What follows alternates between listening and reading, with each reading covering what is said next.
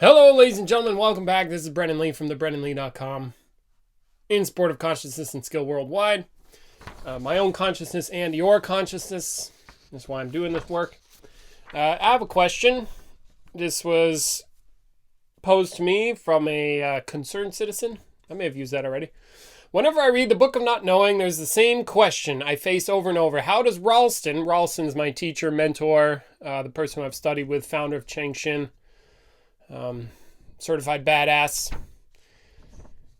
But don't believe me, just check that out on your own. We're not supportive beliefs here, really. Not at all, actually. How does Ralston look into this so deeply on his own? So, I don't understand.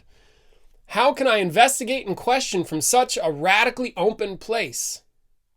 When Ralston talks about learning how to master something just by watching the skill I wish to learn, the same underlying reaction and question comes up. Well, how do I do that? How I can do that?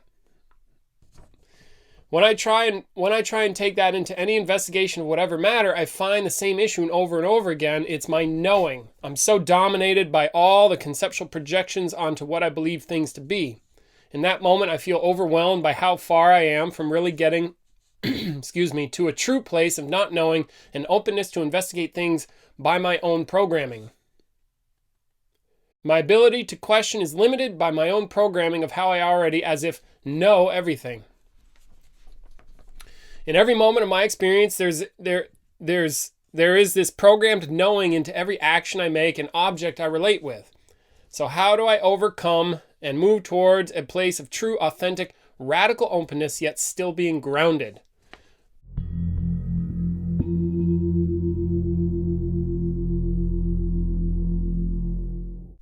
Good questions. So tackling the first aspect, how does Ralston look into this so deeply on his own? Or I could also read that as like, how can I look into something that deeply on my own? Because first of all, it doesn't make a darn bit of difference if you don't do it yourself. So, in my observation, the characteristics that allow Ralston to look into stuff to a massive degree, there are a couple. Well, in his words, there are a couple things that are useful. One, he's obsessed. He will, when he wants to go after something, to know something, he will go for it like gangbusters, like he would say, a dog with a bone. It just boom, nonstop.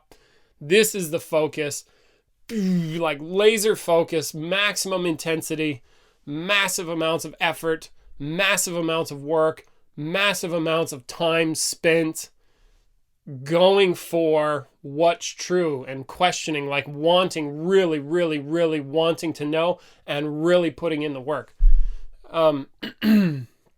And there's a couple of, that's one quality, the obsessive quality, or the quality that he would say, one, it's useful to become obsessed if you really want to make progress. Or two, if you don't have the obsession, you need to supplement that with a massive amount of discipline. Those are really your only options, and you got to put in the work. And I don't mean that lightly. I mean that like extreme amounts of work. And also another quality that he's mentioned to me is like he's impatiently patient.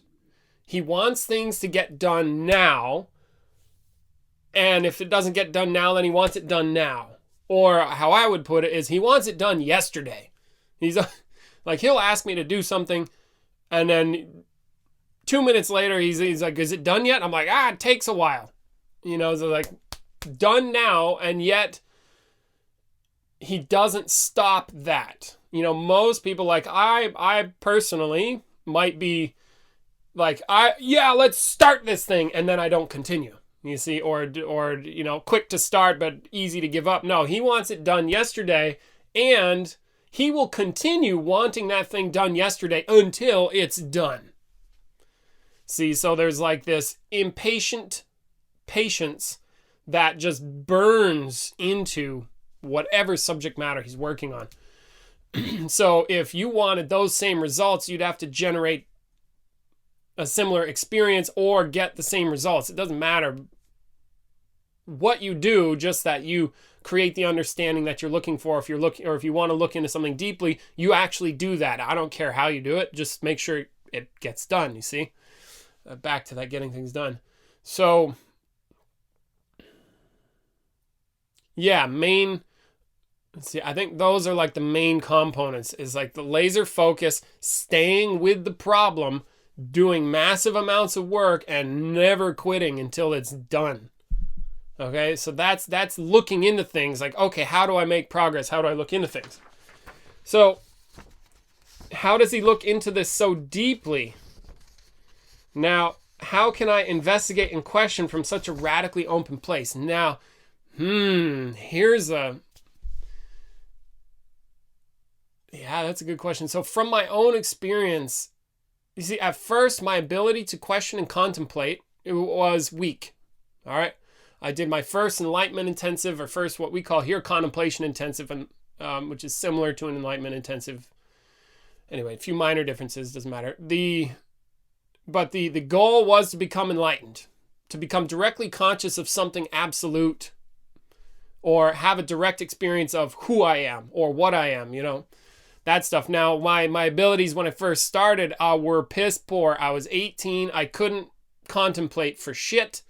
I spent an entire week thinking about, fantasizing about, getting out of there, brownies, motorcycles, and women.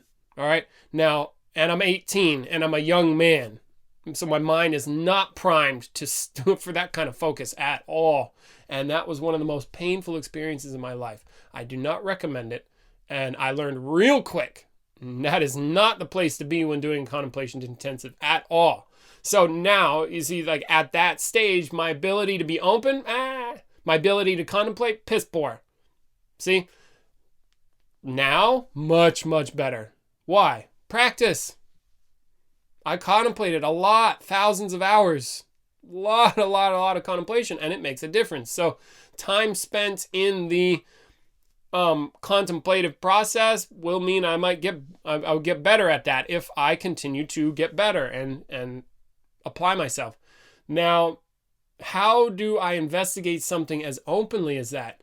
This is where I think things get a little bit more interesting, in the sense that my ability to open up at first, like I said, was weak. But as I work more, I can open up more. And one aspect of this openness to me seems that in a strange way is linked to being honest. Because if I get really honest, like if I really, really, really try to tell the truth, I can't say for sure what stuff really is. That's if I get a very strange kind of honesty where I admit, like if we get really, really honest and ask ourselves, well, what is knowing itself? Like, what is it to know something? I start to notice that if I am knowing something, that is something I'm doing. That's not something that just happens. It's something I am like applying to reality. Oh, there's a Buddha statue. I know what that is. I know it's Buddha. I know those are beads. I see something. I know what that is. And there's a conviction about knowing what that is. But if I look into, well, what is knowing? It's like,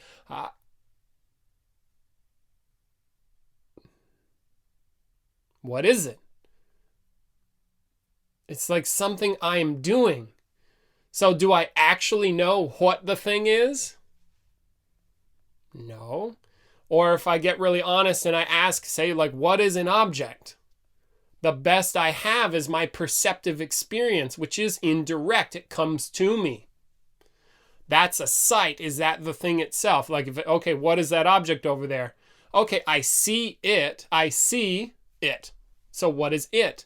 Is it my sight? Well, no, because the sight can go away. All right, I hear it. Well, is the it my hearing? Or is it it? And then, so what is it? Okay, I taste it, and you can see where this is going. Add this to every perceptive experience you have, and all you have is perception.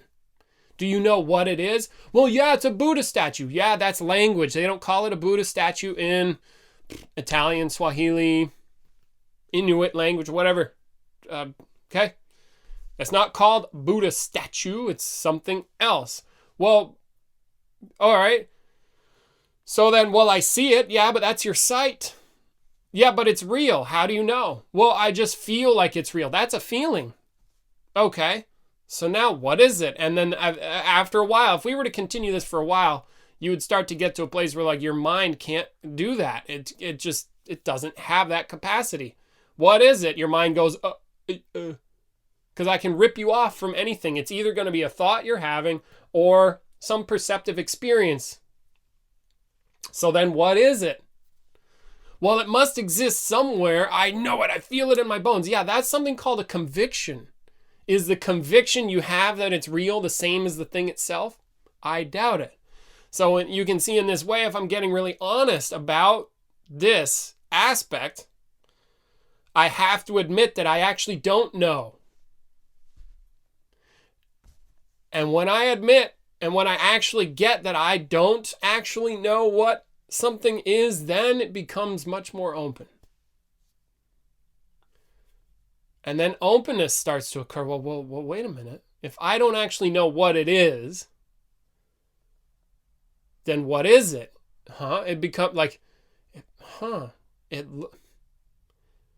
there's my thought about it. Okay, there's a sight.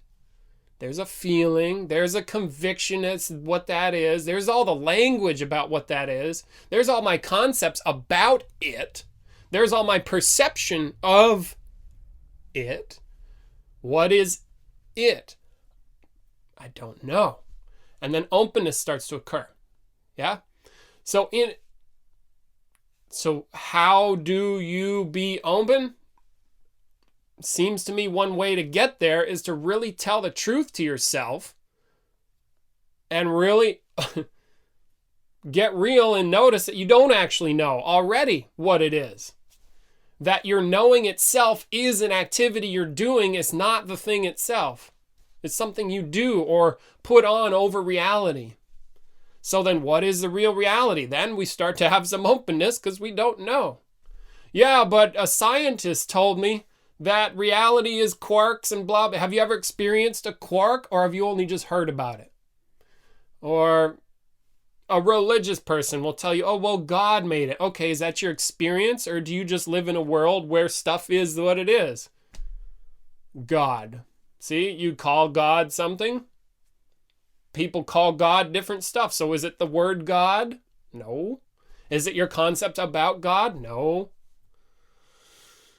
So then some openness can occur.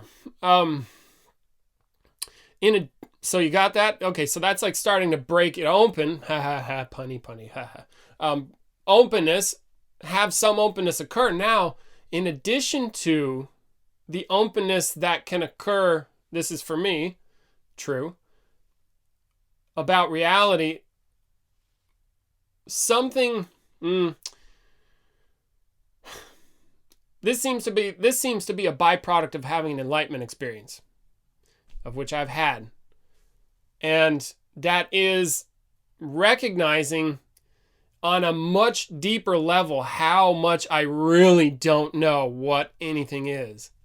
Whereas before, it was like I was in a world, and from within this world and perspective, I could assess that I don't know things from a certain perspective, and I'm talking about something that transcends all perspective, period. And then openness takes on a whole nother level, or power, or depth.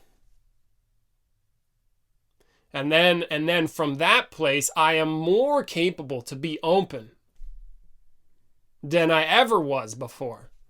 And that kind of openness, I don't think can occur short of having an enlightenment experience. Now, that's just a concept I have, so who the fuck really knows? All right. But it does seem that there are greater depths of my ability to contemplate. My ability to contemplate can be affected by the breakthroughs that I have. So I suggest having a lot of insights and breakthroughs of your own so that you can then contemplate to greater and greater depths and create a massive openness that transcends perspective and experience.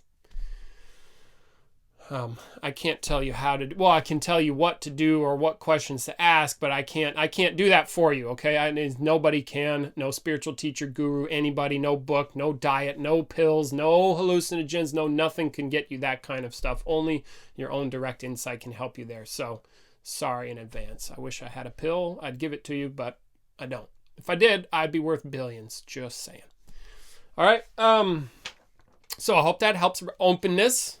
How do I get open? Well, you really don't know. Really be open. Like, do you really know what, if you're working on some sort of contemplative question, do you really know the answer? If, is it your perception? Like, open up. You don't know. And if you can really open up, then you'll be open. So now something else that I want to speak to that I'm hearing in this letter here is, so when I try and take that into any investigation, whatever matter, I find the same issue over and over again. It's my knowing. Well, let me ask you, do you know that for sure? Or is that just another thing that you're knowing about you? It sounds like there may be an assumption in there that's saying, oh, I know what's in my way. Maybe you don't. And that might increase your openness if you to confront that. Perhaps, ease up on that assertion that you're holding that I know what's in my way. If you knew what was in your way, you would have got it out of your way already. Okay, so I'm so dominated by all my conceptual projections onto what I believe things to be. Okay, you may be dominated by your conceptual projections, and at the same time as the domination is occurring, whatever's true is already true. So your job is to become conscious of what's true, whether you're dominated or not. So don't make the mistake of thinking that you need to somehow undominate yourself before you can make progress. This is false. In the moment I feel overwhelmed by how far, I feel overwhelmed by how far I am from really getting to a true place of not knowing and openness to investigate things by my own programming. I don't exactly know what you mean by investigate by my own programming, but you're feeling overwhelmed by how far from really getting to a true place of not knowing. Maybe there's no distance to travel. You're already there, maybe. So don't worry about thinking of how far you are from a place that maybe you're already there. You're just not putting your attention on the place in your experience right now where it's already true that you don't know. Which seems to be the case. So there's no distance. Where are you going to go? Pluto? You can't. If you go to Pluto and you're still being dominated, that's you can't go anywhere. So this experience of not knowing or openness occurs now. You go there now. There's no distance to travel or place to go. It's simply a matter of putting your attention on the place where you actually already right now don't know what's up. And that seems to be assisted by being honest. Like, get real with yourself. Do you really know what it is? Whatever you're questioning, what's the truth? And if you don't, then there you go. Boom. Immediate. You don't need to waste any time. So my ability to question is limited by my own programming of how I already as if know everything. Perhaps, like I mentioned before, but don't let that stop you and don't worry about it, really. It seems like a moot point at this point. Just simply focus on trying to become conscious of what it is you're looking into so that you can apply yourself to the questioning, and don't worry about anything else, what you think of yourself, how you judge yourself, or how you judge your own progress, and all that stuff is just more distraction. So how do I overcome and move towards a place of true, authentic, radical openness, yet still being grounded? Well,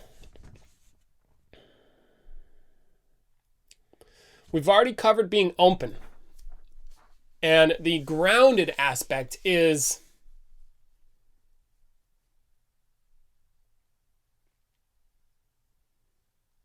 I think honesty helps with that. And like getting real with yourself. Like, be real.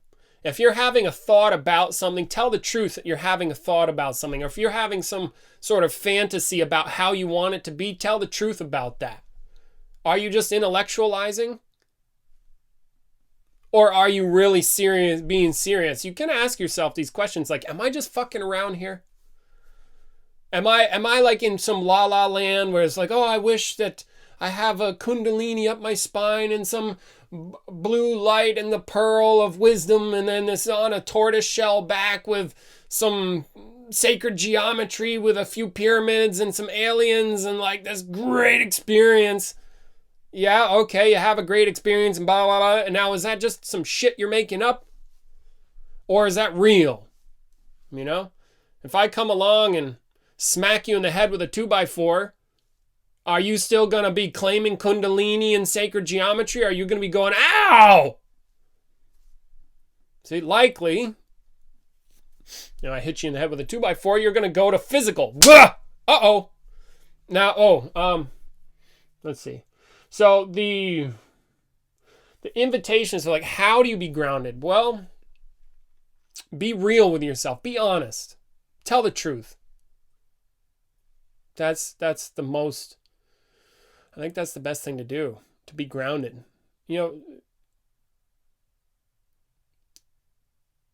Are you idealizing this contemplative effort? Are you hoping for some sort of grand ending? If you are, tell the truth about that. I am hoping for a grand ending. Are you seeking a better experience? Are you monkeying about in intellectual musings, or are you like really wanting to know what's the truth, whether you're musing or not, whether it feels good or not? Are you intentionally just seeking some sort of value for yourself? Are you wanting to feel better? Or are you really just want to know the truth, no matter what it is? I think these things help with being grounded. The opposite of grounded, you see, is openness to the extreme. Perhaps this can help. You see, so like, let's look at the opposite of grounded. What is that? It's like, oh my God, everything's possible. I could fly to blah, blah, blah. I could do this and unicorns and fairies and blah, blah, blah, blah. Like just wide open, okay, psychic, whatever. Just wide open possibilities and whatever. Okay, so it's like so wide open, but there's nothing grounding that in reality. It's all fantasy. It's all just wide open anything. Okay, yet so openness to the extreme could be like that.